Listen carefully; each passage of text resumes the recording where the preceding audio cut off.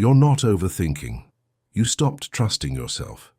You don't have a thinking problem, you have a trust problem. And the difference between those two things is the difference between managing a symptom for the rest of your life and actually changing something.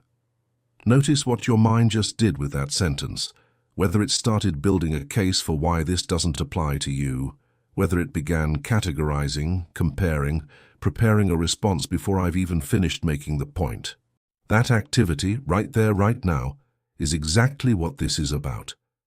Everyone has tried the breathing techniques, the 5-step plans, the journaling, the apps that track your mood, and the loop keeps running. Not because the tools don't work, because they're treating the noise, and when the real problem is what's underneath the noise, the part that whispers, "What if your judgment was never reliable to begin with?" That whisper wasn't born with you. It was built, carefully, precisely, from real experiences that taught your nervous system a lesson it never forgot, and everything that was built can be dismantled. But only if you're willing to see the mechanism clearly, without flinching, without softening it, without turning away at the moment it gets uncomfortable. This is not a video about calming your mind. This is a video about understanding why your mind refuses to be calm, and what the Stoics knew about this that modern psychology is only now beginning to confirm. Stay with this, because what comes next will change the way you see every loop you've ever been trapped in. The protection architect. There is something happening underneath your overthinking that almost no one talks about, not because it's complicated, because it's uncomfortable, because naming it requires a kind of honesty that most self-help content is designed to help you avoid. Carl Jung spent decades mapping the unconscious mind, the part of you that operates below awareness, that drives decisions before your conscious mind even knows a decision is being made. And one of his most precise observations was this: the mind doesn't malfunction randomly. When it gets stuck in a loop, it's because the loop is serving a function. It is doing something. It is protecting something. And to understand overthinking, not just to manage it, but to actually change your relationship with it, you have to be willing to ask, what is this loop protecting me from? The function is protection. At some point in your life, and you may not remember exactly when, you trusted your own judgment and something went wrong, or you expressed what you truly felt and it was dismissed. Or you made a decision from the inside and the outside world punished you for it. Maybe it was a relationship where you followed your instincts and ended up hurt. Maybe it was a moment in childhood when you spoke your mind and were met with ridicule or silence. Maybe it was a decision you made with confidence that collapsed in ways you didn't expect, and the people around you made sure you understood it was your fault for trusting yourself. It doesn't have to be dramatic. It doesn't have to be a single moment. It can be years of subtle feedback, a parent who always knew better, a teacher who dismissed your ideas, an environment where certainty was rewarded and hesitation was punished, or where conformity was safer than conviction. Slowly, across dozens or hundreds of small moments, your nervous system received one clear lesson: your internal compass is unreliable, and your mind, brilliant, adaptive, relentlessly protective, responded accordingly. So the mind built a system. The protection architect went to work. Every time a decision approaches, every time you need to act from your own center, the system activates. It generates more thoughts, more scenarios, more variables, not to help you think better, but to delay the moment when you have to trust yourself again, not to find the answer, but to avoid the cost of acting on the answer you already have. Most people miss this. They see the thoughts, they fight the thoughts, they try to replace the thoughts with better thoughts. They apply logic to a problem that isn't logical. They use reason to address something that was never built on reason in the first place. But the architecture underneath, the deep, invisible reason why the loop exists at all, stays completely untouched. And here's what that cost you. not in productivity, not in efficiency, in something far more important than both. If you've recognized this pattern in yourself, that quiet, exhausting vigilance, type in the comments, I see the loop. I am not the loop, the silent compound. Every time you enter the loop, something happens that you probably don't notice in the moment. Your mind sends itself a message, not in words, in experience, in the felt sense of what just occurred, in the bodily knowledge of what you did and what you chose not to do. And the message is always the same. I needed to trust myself and I couldn't. I needed to act from my own center, and I didn't. I needed to believe that my judgment was enough, and I went looking for something outside to confirm it first. That message accumulates. It's not one loop that damages trust, it's 1,000 loops compounding silently over months and years, building a case inside your own mind that your judgment is fundamentally insufficient, that you need more information, more time, more validation, more certainty before you can move. And here is what makes this accumulation so insidious. It happens in the background, below conscious awareness, the same way interest compounds in an account you never check. You don't feel it loop by loop. You feel it one day when you realize that making even small decisions has become exhausting. When you notice that you've been asking everyone around you for permission to do things you already know you want to do, when you understand that the confidence you imagined having by this point in your life hasn't arrived, and that somewhere, somehow, you stop believing it ever would. And this changes everything, because the problem stops being about individual decisions and becomes about identity. You stop seeing yourself as someone who sometimes overthinks. You start seeing yourself as someone who is an overthinker, as someone who is anxious by nature, as someone who needs more time than others, more reassurance than others, more evidence than others before they can act. And identity is far more resistant to change than behavior. You can change a habit, you can interrupt a behavior, but when you believe that something is simply who you are, when the loop stops being something you do and becomes something you are, you stop looking for the exit. You start managing the cage instead of questioning whether the cage needs to exist. Think about what that costs. Not the opportunities that passed while you were still analyzing, not the relationships that faded while you were deciding whether to reach out, not the version of yourself you imagined becoming while you were waiting for the right moment to begin.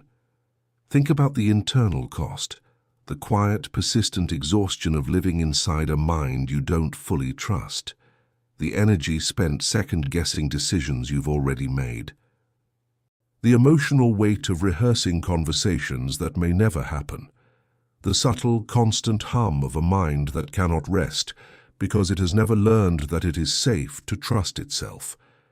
How long have you been carrying that? And, more importantly, how much longer are you willing to? Type in the comments, I stop paying the price of not trusting myself. The brilliant cage. Stop. Everything I just told you about the cost of overthinking, the accumulated messages, the identity shift, the exhaustion, the weight of a mind that cannot rest, all of it is true. But there's something I haven't told you yet. Something that most conversations about overthinking completely ignore because it's too uncomfortable to say directly, because it requires you to look at the loop not as a flaw, but as a feature, not as evidence of weakness, but as evidence of intelligence. Your overthinking is not a failure, it's a success. It worked. Whatever moment in your life taught your mind that trusting itself was dangerous, your mind responded correctly. It built a system. It created a buffer between impulse and action. It generated enough noise to slow you down before you could get hurt again. That system protected you. It kept you from acting on judgments that, in that earlier context, felt genuinely dangerous to act on. And it was sophisticated enough to disguise itself as intelligence, as depth, as careful consideration, which is exactly why it has survived so long without being questioned. The cage is brilliant. That's why you've never seen it as a cage. Most people miss this, and it's the reason every attempt to fix overthinking fails. You cannot dismantle a protection mechanism by attacking it. You cannot reason your way out of a system that was built precisely to outlast your reasoning. The mind doesn't respond to force. It doesn't respond to willpower, to journaling challenges, to motivational frameworks that tell you to just do it. It responds to understanding. And the moment you understand that your loop exists because some part of you decided at some point that your own judgment was a threat, everything changes. Not because the loop disappears, but because you stop relating to it as a malfunction and start relating to it as a message. And messages can be responded to. Messages can be answered. The mind that feels heard is the mind that begins slowly to release its grip. Here's where it gets dangerous. Because now the question is no longer, how do I stop overthinking? The question becomes something far more precise, far more honest, and far more difficult to face. What would it mean for me to actually trust myself? What decision am I avoiding right now? Not because I don't have enough information, but because I don't trust what I already know. What would I do today, specifically, concretely today, if I operated as though my judgment was reliable? That question is not comfortable, but it's the only one that matters. Because here's the truth. The Stoics understood that we keep forgetting. You don't have a thinking problem, you have a relationship problem. And the relationship that's broken is the one you have with your own mind. Type in the comments, "My protection served me. Now I release it." The certainty replacement. There's an illusion at the center of every overthinking loop, and it sounds completely reasonable, which is exactly why it's so effective. It's the kind of illusion that doesn't feel like an illusion at all. It feels like common sense, like diligence, like the responsible way to approach an important decision. The illusion is this: if I just think long enough, carefully enough, thoroughly enough, I will reach a point where the right answer becomes obvious, where the risk disappears, where I can act without the possibility of being wrong. You're not looking for clarity, you're looking for certainty. And those are not the same thing. Clarity is available right now. You already know in most cases what you need to do. You know which conversation you've been avoiding. You know which decision you've been postponing. You know which version of yourself you've been delaying becoming. The information is not the problem. You have enough information.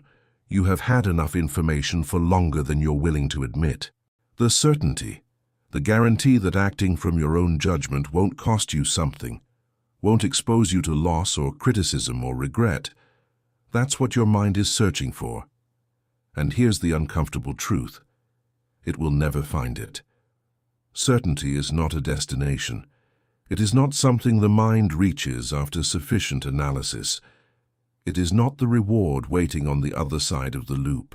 And no amount of information, no additional opinion, no more thorough consideration will ever produce it. Because the obstacle was never informational. The obstacle is the willingness to act in the presence of risk. And that willingness cannot be thought into existence.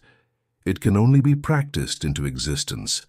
Jung called this the projection of the shadow, the unconscious tendency to place outside yourself the security that can only ever come from within. Every time you ask for one more opinion, consult one more source, wait for one more sign, you are outsourcing to the external world a kind of certainty that the external world is constitutionally incapable of providing.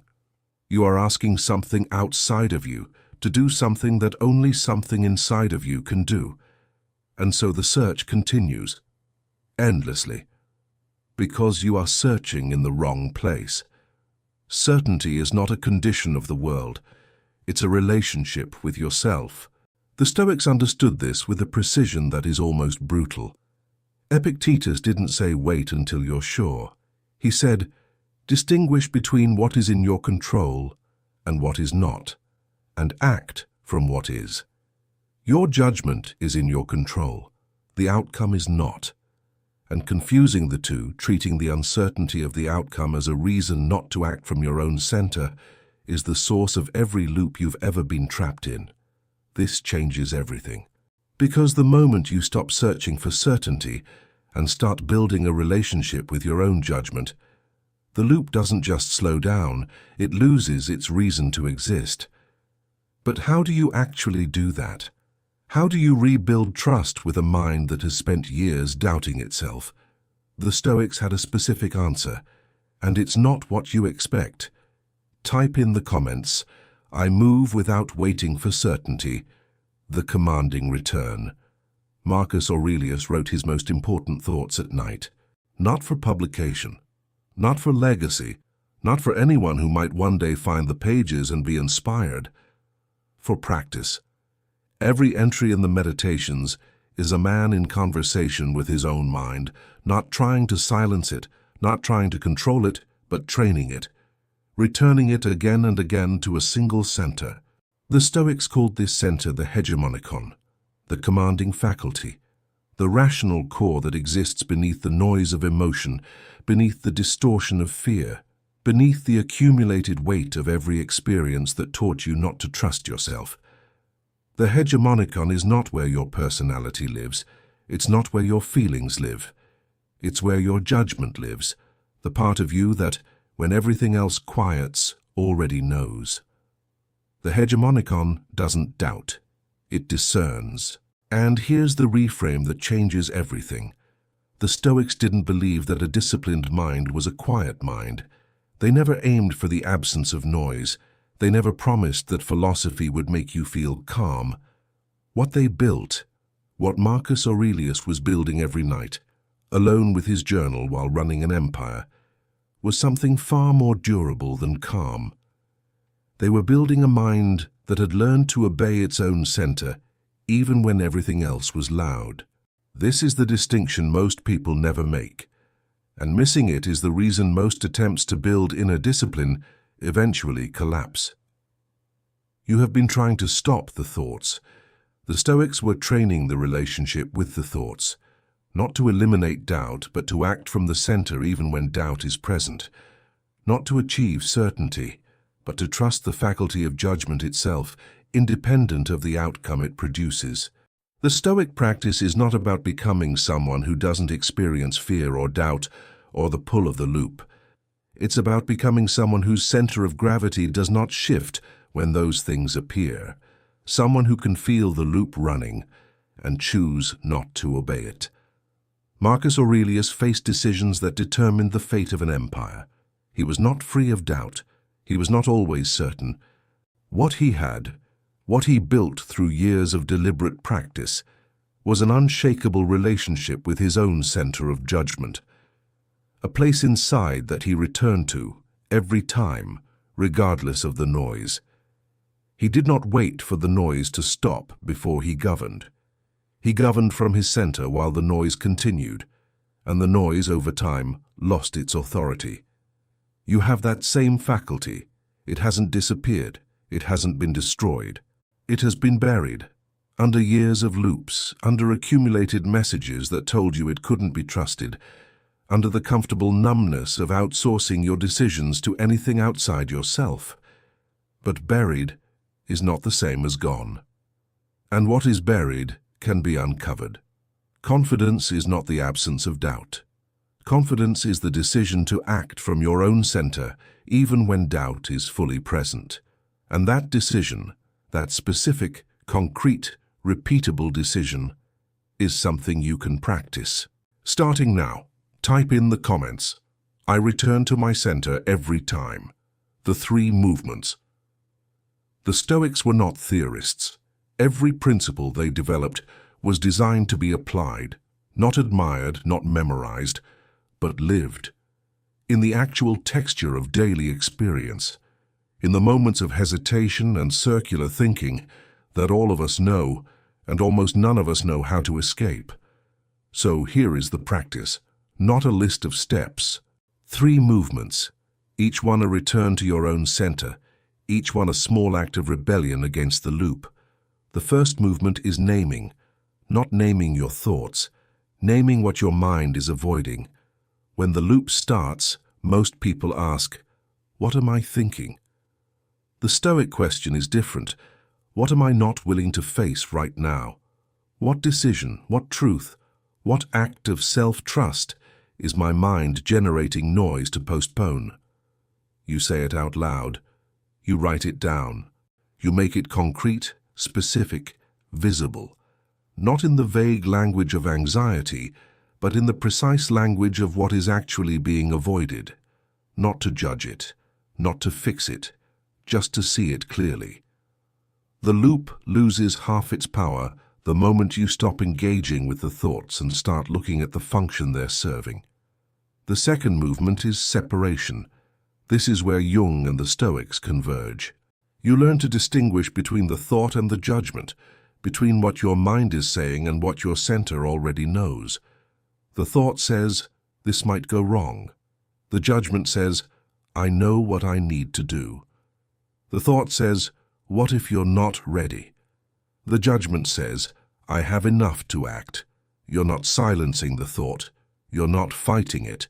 You're refusing to let it speak for your center. The thought is weather. The judgment is ground. You live on the ground. The third movement is commitment.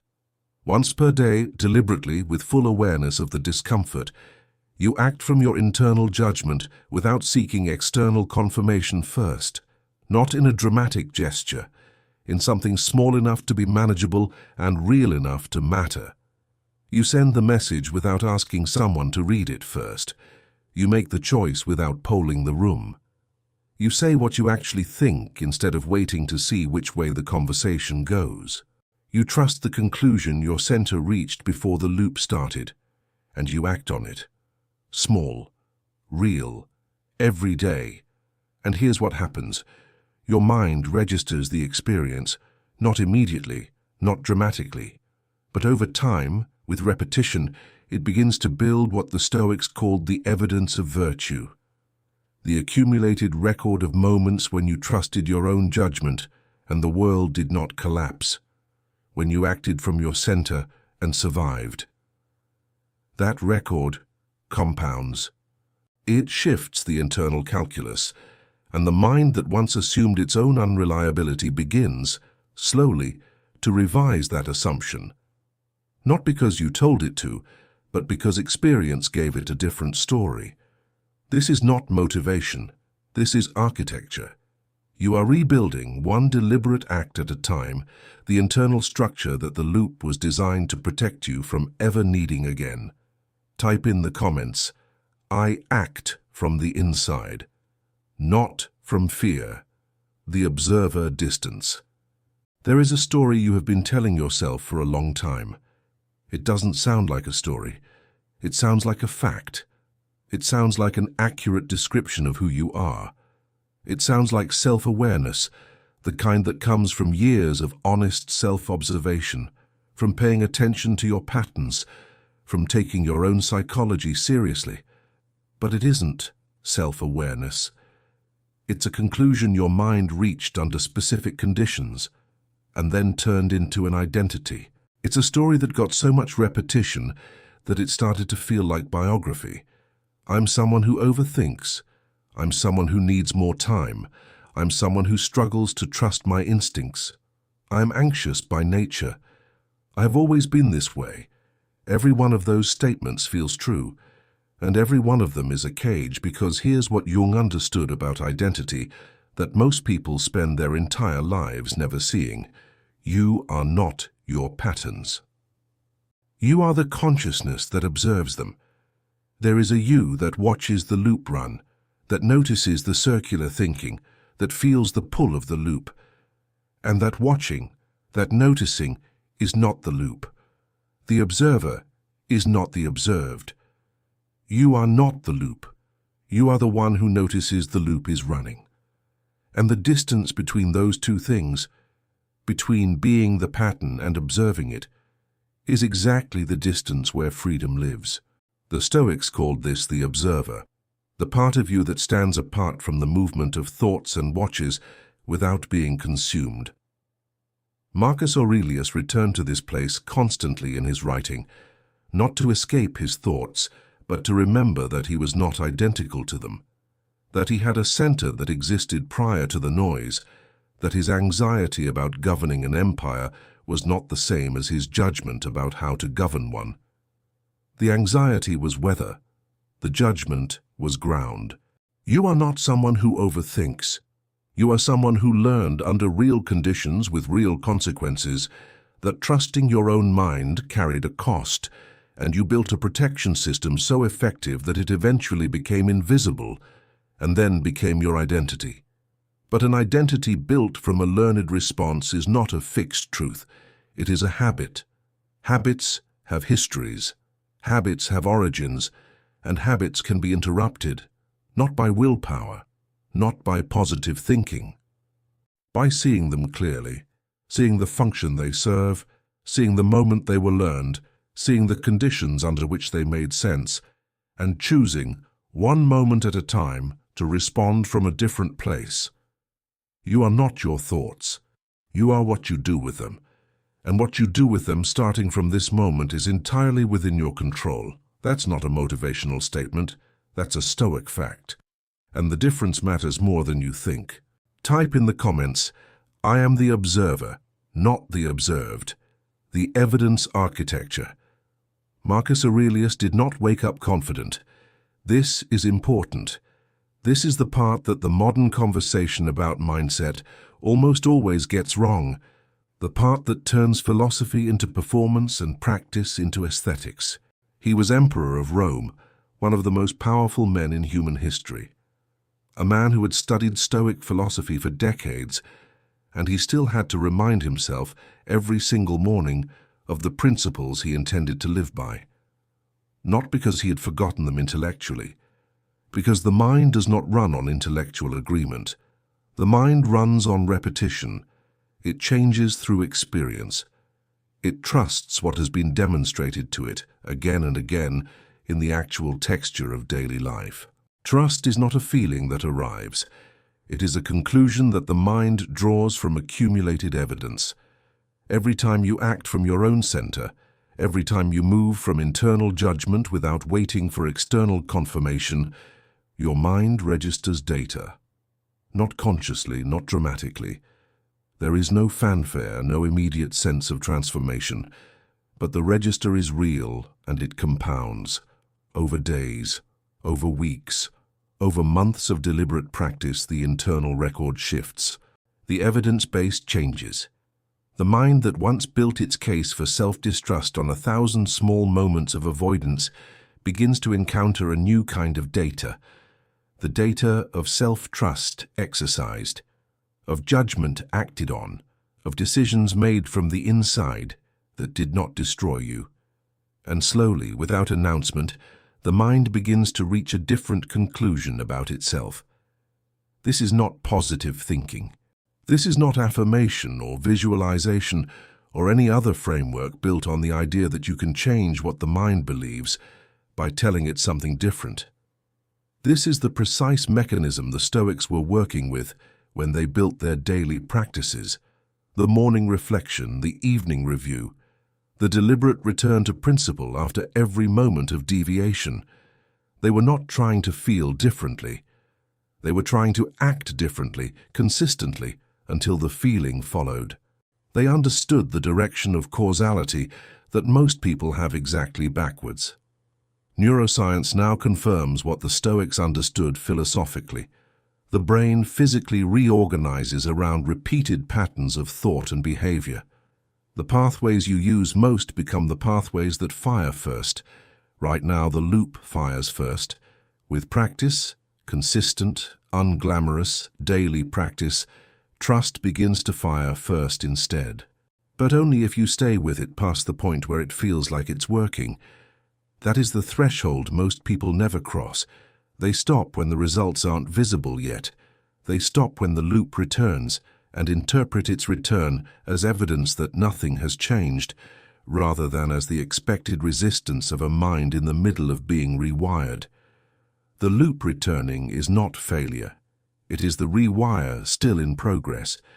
You cannot think your way into self-trust. You cannot read your way into it.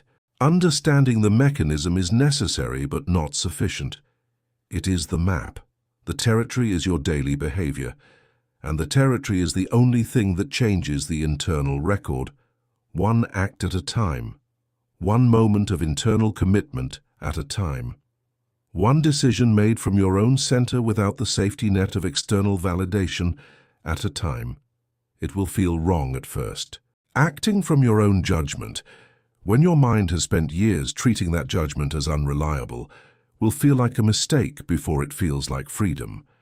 The discomfort is not a sign that you're doing it wrong. It's a sign that you're doing it for the first time. That feeling is not danger. That feeling is change. Stay with it. Type in the comments, "I build trust with every decision I make." The non-dramatic shift. There is a moment that every person who has ever broken a deep psychological pattern can point to. Not always clearly, not always with the exact date or the exact circumstance, but they can feel it in memory, the moment something shifted, the moment the loop lost its grip, the moment they stopped waiting for the doubt to disappear before they acted. That moment is not what you think it is. It is not the moment of certainty. It is not the moment of confidence.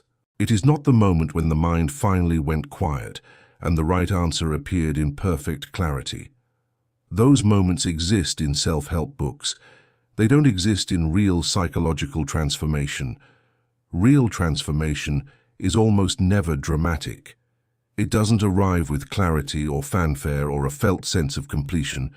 It arrives in the middle of the discomfort, while the doubt is still present, while the loop is still running, while everything that was supposed to stop before you could act is still happening. The real moment is quieter and harder and far more significant. It's the moment you act from your own center, while the doubt is still fully present, while the loop is still running, while the voice that says, "What if you're wrong?" is still audible, and you move anyway. Not because you silenced it, not because you proved it wrong, not because you found one more piece of information that finally tipped the scale towards certainty, but because you made a decision, somewhere deep and non-negotiable, that your judgment deserved the same loyalty you had been giving your fear. Here's where it gets dangerous, because this is the part most people hear and immediately convert into a reason to wait. They think, "I need to build that relationship with myself first. I need to do the work first. I need to understand myself more deeply, to process the origins of the pattern, to develop a healthier relationship with uncertainty, and only then will I be ready to begin." And in doing so, they create one more loop, one more layer of preparation before the moment of actual commitment. One more sophisticated, well-intentioned, entirely self-defeating way of postponing the only thing that will actually change anything. You don't need more preparation. You need one act, not a perfect act, not a dramatic act, not the biggest decision of your life or a gesture that proves to everyone around you that you've changed. One small, real, deliberate act of internal commitment, made today from your own center, without waiting for the doubt to clear first. The clarity will not come before the act. The clarity is what the act produces. That is the sequence. That has always been the sequence. And everything else is the loop telling you it can be different. The overthinking doesn't end because you finally understand it.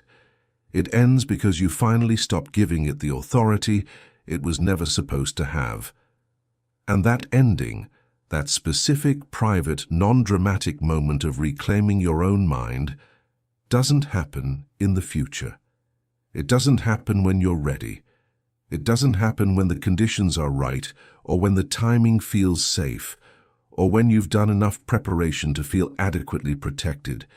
It happens the moment you decide it does. The first evidence. You have been thinking about this long enough. You have been analyzing the loop long enough. You have been waiting for the right moment to trust yourself long enough. The Stoics had a word for the gap between knowing and doing. They called it the place where character either forms or dissolves, and they were unambiguous about what fills that gap. Not more knowledge, not more reflection, not more time, action, from the inside. Now, you already know what that looks like for you. You have known for longer than you're willing to admit. The question that has been underneath this entire video, the question the title asked before you even pressed play, was never really about overthinking. It was always about this. Do you trust yourself enough to act on what you already know? This is where most videos end with a list. 3 things to do this week, 5 habits to build, a challenge to complete by Friday. Something clean and structured and completable that gives the mind the comfortable feeling of having handled the problem, without requiring the one thing that would actually change it. This is not that. The consumption was always part of the loop. Every video that promised to help you overthink less became one more thing to process, to evaluate, to incorporate into the expanding architecture of preparation. You don't need more preparation. You need one decision. And you need to make it before you close this video, before the next thought arrives, before the loop finds its footing again and turns this moment of clarity into one more thing to think about. That decision. Not a commitment to change everything. Not a promise to never overthink again. One specific decision, the one you have been postponing, the one your mind keeps returning to, not because it doesn't know the answer, but because it doesn't trust itself to act on it. You know which one it is. It has probably crossed your mind at least once while watching this video. The mind always knows which door it has been avoiding. It returns to that door constantly, not to open it, but to confirm that it is still there. That decision. Today. From your own center, without asking anyone first, go to the comments. Write one decision you have been postponing because you didn't trust your own judgment enough to act on it. Not for accountability, not for validation from strangers, not to perform transformation for an audience, as an act of commitment to your own center, as the first concrete piece of evidence you give your mind that things are different now, as the beginning of a new internal record. One sentence, one decision, your own words, because the mind that reads what you wrote will be different from the mind that wrote it, and that difference, small as it seems, is exactly how transformation begins. Not in a dramatic moment of revelation, not in a sudden burst of clarity or confidence or certainty about the future. In a quiet, private, irreversible act of self-trust, in the decision to act from the inside before the outside confirms it's safe, in the moment when you stop asking the loop for permission and start moving anyway. You are not someone who thinks too much. You never were. You are someone who stopped trusting the mind that was always trying to guide you home. And every loop, every circle, every moment of hesitation was not a malfunction. It was that same mind, still trying, still reaching, still waiting for you to stop fighting it and start listening to what it already knows. It has been waiting for a long time. It is time to trust it again. Clarity begins within.